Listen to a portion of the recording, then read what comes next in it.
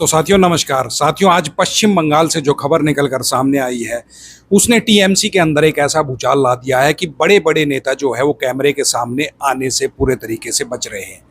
बंगाल बार बार ऐसी खबरें देता है कि पूरा देश उधर बंगाल की तरफ ही देखने को साथियों मजबूर हो जाता है। और इस बार मामला किसी छोटे मोटे नेता का नहीं है, बल्कि सीधा मामला जुड़ गया है अभिषेक बनर्जी से।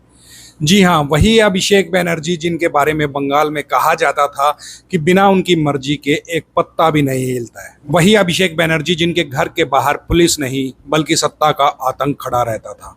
दोस्तों, एक समय था जब ईडी बंगाल में जाती थी तो ममता बनर्जी और अभिषेक बनर्जी उससे ऐसे बर्ताव करते थे मानो जैसे केंद्रीय एजेंसियां नहीं, कोई दुश्मन देश हमला करने के लिए आ गया हो। सीबीआई किसी के यहाँ पहुंच जाए तो टीएमसी के नेता वहां पहुंच जाते थे।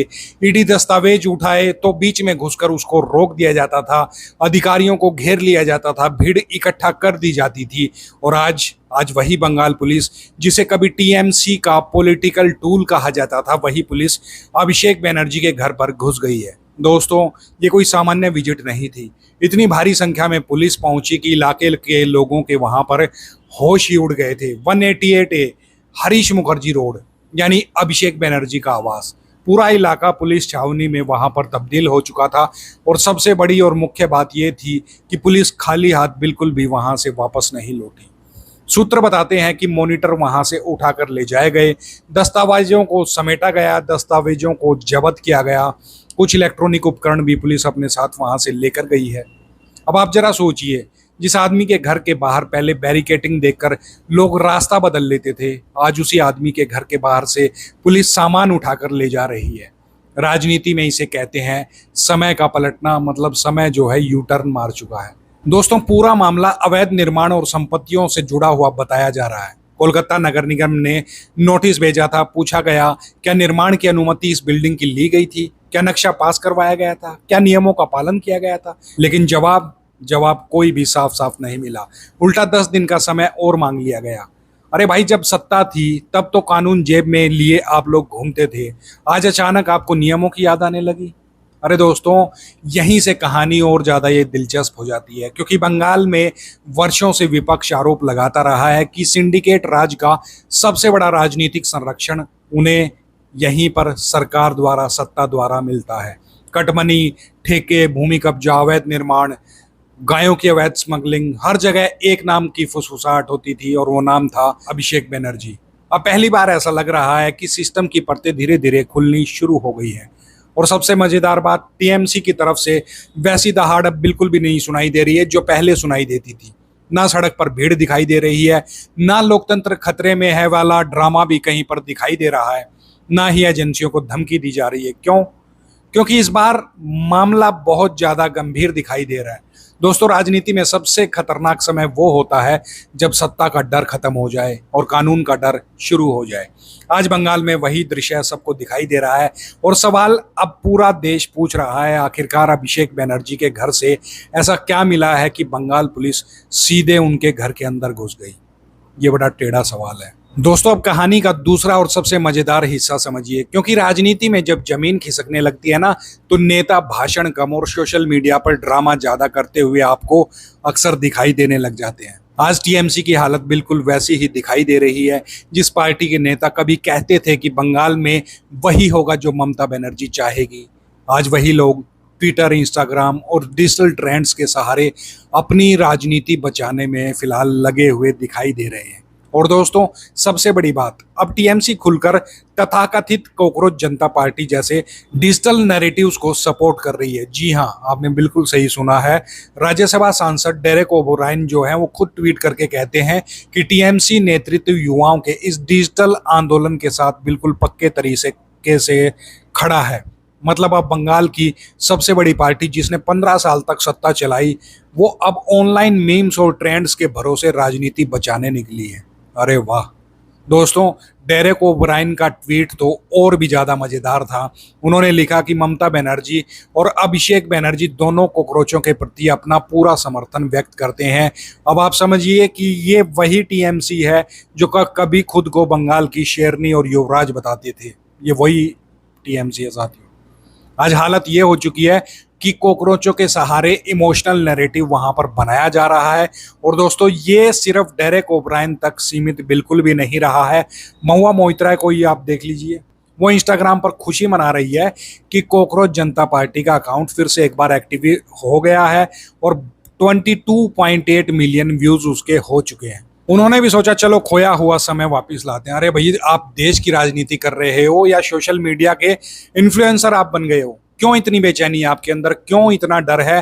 क्योंकि जमीन पर माहौल बदल रहा है दोस्तों। और सबसे बड़ी फजीहत तो कीर्ति आजाद ने टीएमसी की करा दी है। कीर्ति आजाद जो खुद सांसद हैं, उन्होंने एक वीडियो शेयर किया और दावा किया कि देखिए जनता सड़कों पर उतर आई है, आंदोलन हो रहे हैं, लेकिन उसमें निकला क्या?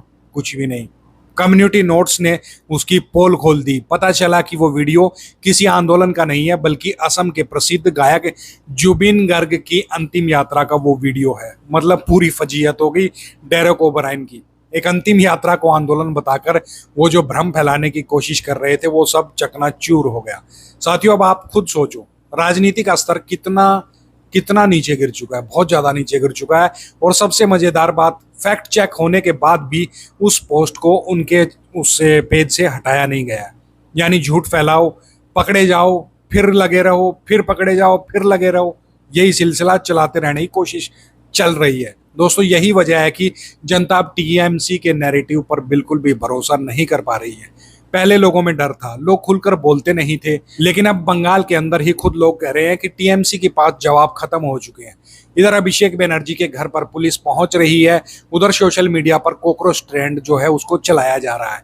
मतलब जमीन पर संकट और इंटरनेट पर आप जो है भावनात्मक रूप से अपना शोर मचाए बैठे हो। ये अब साथियों नहीं चलने वाला। दोस्तों राजनीति में जब पार्टी विकास छोड़कर मीम्स के भरोसे चलने लगे, तो समझ लीजिए कि अंदर से उस पार्टी के अंदर बहुत ज्यादा घबराहट है। और यही कारण है कि अब टीएमसी के बड़े नेता लगातार आक्रामक ट्वीट लगातार करते जा रहे हैं और अपना भावनात्मक माहौल जो है पश्चिम बंगाल में तैयार करने की कोशिश कर रहे हैं और हर कार्रवाई को बदले की राजनीति बताने की वहां पर कोशिश कर रहे हैं। लेकिन जनता पूछ रही है, अगर सब कुछ साफ है तो डर किस बात का है? अगर अवैध निर्माण नहीं हुआ तो जवाब क्यों नहीं दिया गया? अगर कोई गड़बड़ी नहीं है तो पुलिस के घर पहुंचते ही इतनी बेचैनी आपके अंदर क्यों दिखाई दे रही है? दोस्तों राजनीति में सबसे बड़ा संकेत भाषण नहीं होता, सबसे बड़ा संकेत होता है पार्टी की घबराहट। और इस समय टीएमसी के नेताओं की बेचैनी बहुत ज़्यादा बढ़ चुकी है, घबराहट बहुत ज़्यादा बढ़ चुकी है, जिससे साफ साफ संकेत है कि कुछ ना कुछ गड़बड़ झाला चल रहा है। दोस्तों अब जरा इस पूरी कहानी का सबसे बड़ा राजनीतिक एंगल समझिए, क्योंकि मामला सिर्फ अभिषेक बनर्जी के घर तक बिल्कुल भी सीमित नहीं रहा है। मामला है बंगाल की बदलती हुई सोच का, बंगाल की बदलती हुई राजनीति का, बंगाल की बदलती हुई जनता का। एक तरफ ममता बनर्जी का मॉडल है और दूसरी तरफ शुभेंदु अधिकारी और बीजेपी का नया बंगाल मॉडल है। और दोनों में फर्क क्या है? दोनों में फर्क जमीन आसमान का है। दोस्तों याद कीजिए वो बयान जब देश मुश्किल दौर से गुजर रहा था, तब ममता बनर्जी जो थी वो क्या कह रही थी? उन्होंने कहा था कि बंगाल में जो एलपीजी प्रोड्यूस होता है हम उसे बाहर बिल्कुल भी कहीं भी नहीं जाने देंगे। अब सुनने में तो ये बयान कुछ लोगों को बहुत बड़ा बंगाल प्रेम उनको लग सकता है, लेकिन जरा एक तर्क के साथ इस पर विचार कीजिए, इसको सोचिए। एलपीजी बंगाल में पैदा नहीं होता, वो दूसरे राज्यों और दूसरे स्रोतों से वहां पर आता है। तो अगर हर राज्य यही बोलना शुरू कर दे कि जो हमारे पास आया है अब हम उसे वापस नहीं जाने देंगे, तो फिर देश कैसे चलेगा? देश का तो भट्ठा ही बैठ जाएगा। अगर नेता अपने टेरिटरी में इस्तेमाल के लिए आई हुई चीज़ों को अगर अपना मालिकाना हक उस पर समझने लगेंगे तो। लेकिन दोस्तों यही मानसिकता रही टीएमसी की राजनीति की, पहले सत्ता फिर राजनीति और उसके बाद अगर कुछ बच जाए तो फिर जनता। और अब दूसरी तरफ देखिए शुभेंदु अधिकारी क्या कह रहे हैं। उनका सीधे सीधे बयान आया है कि पश्चिम बंगाल देश के पेट्रोल और डीजल की कमी को दूर करने में पूरे देश की मदद करेगा। अब ये सिर्फ बयान नहीं है दोस्तों, इसके पीछे पूरा आर्थिक और राजनीतिक संदेश एक तरीके का छुपा हुआ है। वो संदेश क्या है, चलिए उसके बारे में बात करते हैं। बंगाल में एक क्षेत्र है अशोकनगर क्षेत्र, कोलकाता से करीब 48 किलोमीटर दूर है। वर्षों पहले वहां पर तेल और गैस के भंडार मिलने की बात जो है वो सामने आई थी। करीब 8 साल पहले की बात है। ड्रिलिंग की वहां पर तैयारी शुरू करी गई थी, लेकिन फिर मामला जो है वो ठंडे बस्ते में वहां पर पश्चिम बंगाल में चला गया था, क्योंकि जब सरकार की इच्छा ही ना हो तो फाइलें भी सो जाती हैं। टीएमसी ने उसे आगे नहीं बढ़ने दिया। लेकिन अब बीजेपी नेता शमिक भट्टाचार्य लगातार केंद्र सरकार से मुलाकात कर रहे हैं। ओएनजीसी को एक्टिव करने की बात हो रही है और दावा किया जा रहा है कि वहां पर 240 मिलियन बैरल से ज्यादा कच्चे तेल के भंडार हो सकते हैं। अब जरा सोचिए साथियों, अगर ये प्रोजेक्ट शुरू हो जाता तो बंगाल सिर्फ राजनीति का नहीं, ऊर्जा का भी एक बहुत बड़ा केंद्र पूरे देश के लिए बन सकता था। लेकिन सवाल फिर से वही उठता है, इतने साल तक काम आखिरकार इस प्रोजेक्ट पर क्यों रुका रहा? जब आपको पता था, वहां पर रिसर्च हो चुकी थी कि यहाँ पर गैस है, फिर भी काम आखिरकार क्यों अटका रहा? ये एक बड़ी चिंता का विषय था। क्या ममता बनर्जी की सरकार को इसकी चिंता नहीं थी, या फिर उन्हें सिर्फ राजनीतिक नियंत्रण चाहिए था? दोस्तों, यही कारण है कि अब बंगाल में लोग तुलना करने लगे हैं। एक वो मॉडल जहां आलू प्याज सब्जियों की आवाजाही तक रोकने की बात होती थी, और दूसरा मॉडल जहां कहा जाता है कि भैया देश एक है, जहां किसान को ज्यादा दाम मिलेगा वो वहां पर अपनी सब्जी को, वस्तु को बेच सकता है। यानी एक सोच रोकने की और दूसरी सोच जोड़ने की। और दोस्तों, यहीं से बंगाल की राजनीति का असली युद्ध भी शुरू होता है। टीएमसी सालों तक डर और भावनाओं की राजनीति वहां पर करती रही, लेकिन अब बीजेपी विकास, उद्योग, तेल, बॉर्डर सुरक्षा और इंफ्रास्ट्रक्चर की भाषा बंगाल के अंदर बोल रही है। इधर अमित शाह लगातार सीमावर्ती इलाकों में वहां पर घूम रहे हैं, दौरा कर रहे हैं। राजस्थान, गुजरात और अब पश्चिम बंगाल पर भी फोकस बढ़ रहा है। स्मार्ट बॉर्डर प्रोजेक्ट की बात हो रही है, घुसपैठ रोकने की बात हो रही है, राष्ट्रीय सुरक्षा की वहां पर बात हो रही है। मतलब साफ है दोस्तों, केंद्र सरकार अब बंगाल को सिर्फ चुनावी राज्य नहीं मान रही है, बल्कि रणनीतिक राज्य मान रही है। और इसी बीच अभिषेक बनर्जी के घर पर कार्रवाई होना, टीएमसी नेताओं की बेचैनी और दूसरी तरफ बीजेपी का नया बंगाल मॉडल पेश करना, ये सब एक दूसरे से जुड़ी हुई कड़ियां जो है साथियों वहां पर घटित हो रही हैं। दोस्तों, राजनीति में नैरेटिव बहुत ज्यादा मायने रखता है। इस बात को आपको अपने दिमाग के अंदर बिठा कर रख लेना चाहिए। और इस समय बंगाल में नैरेटिव जो है बदलता हुआ साफ साफ दिखाई दे रहा है। पहले चर्चा होती थी कटमनी की, सिंडिकेट की, हिंसा की, भ्रष्टाचार की, और अब चर्चा हो रही है तेल की, इंफ्रास्ट्रक्चर की, राष्ट्रीय सुरक्षा की और विकास मॉडल की। और यही बदलाव टीएमसी की सबसे बड़ी चिंता और बेचैनी का कारण बन चुका है। दोस्तों, अब इस पूरे वीडियो का एक सबसे बड़ा सवाल, क्या पश्चिम बंगाल की राजनीति में वो समय आ गया है जब टीएमसी की पकड़ सच में ढीली पड़ने लगी है? क्योंकि राजनीति में सबसे बड़ा खतरा विपक्ष नहीं होता, सबसे बड़ा खतरा होता है जनता का बदलता मूड। और बंगाल की जनता जब मूड को बदलती है तो इतिहास बदल जाते हैं। लेफ्ट को भी इसी बंगाल से हटाया गया था, कांग्रेस को भी इसी बंगाल से खत्म किया गया था। और अब पहली बार सवाल उठ रहा है, क्या ममता बनर्जी की टीएमसी भी उसी रास्ते पर बढ़ रही है कि उसको भी यहाँ की जनता पूरे तरीके से नकार देगी? अभी तो इलेक्शन में नकारा है, आगे भी नकार देगी। दोस्तों, जरा पिछले कुछ महीनों की तस्वीर को देखिए। एक तरफ शिक्षक भर्ती घोटाले की चर्चा थी, वहीं दूसरी तरफ कटमनी के आरोप थे, फिर सिंडिकेट राज, फिर अवैध निर्माण, और अब सीधे अभिषेक बनर्जी के घर पर पुलिस का पहुंचना। ये छोटी मोटी घटनाएं नहीं है। और सबसे बड़ा संकेत क्या है, आप इसके बारे में जानते हो? टीएमसी नेताओं की बेचैनी।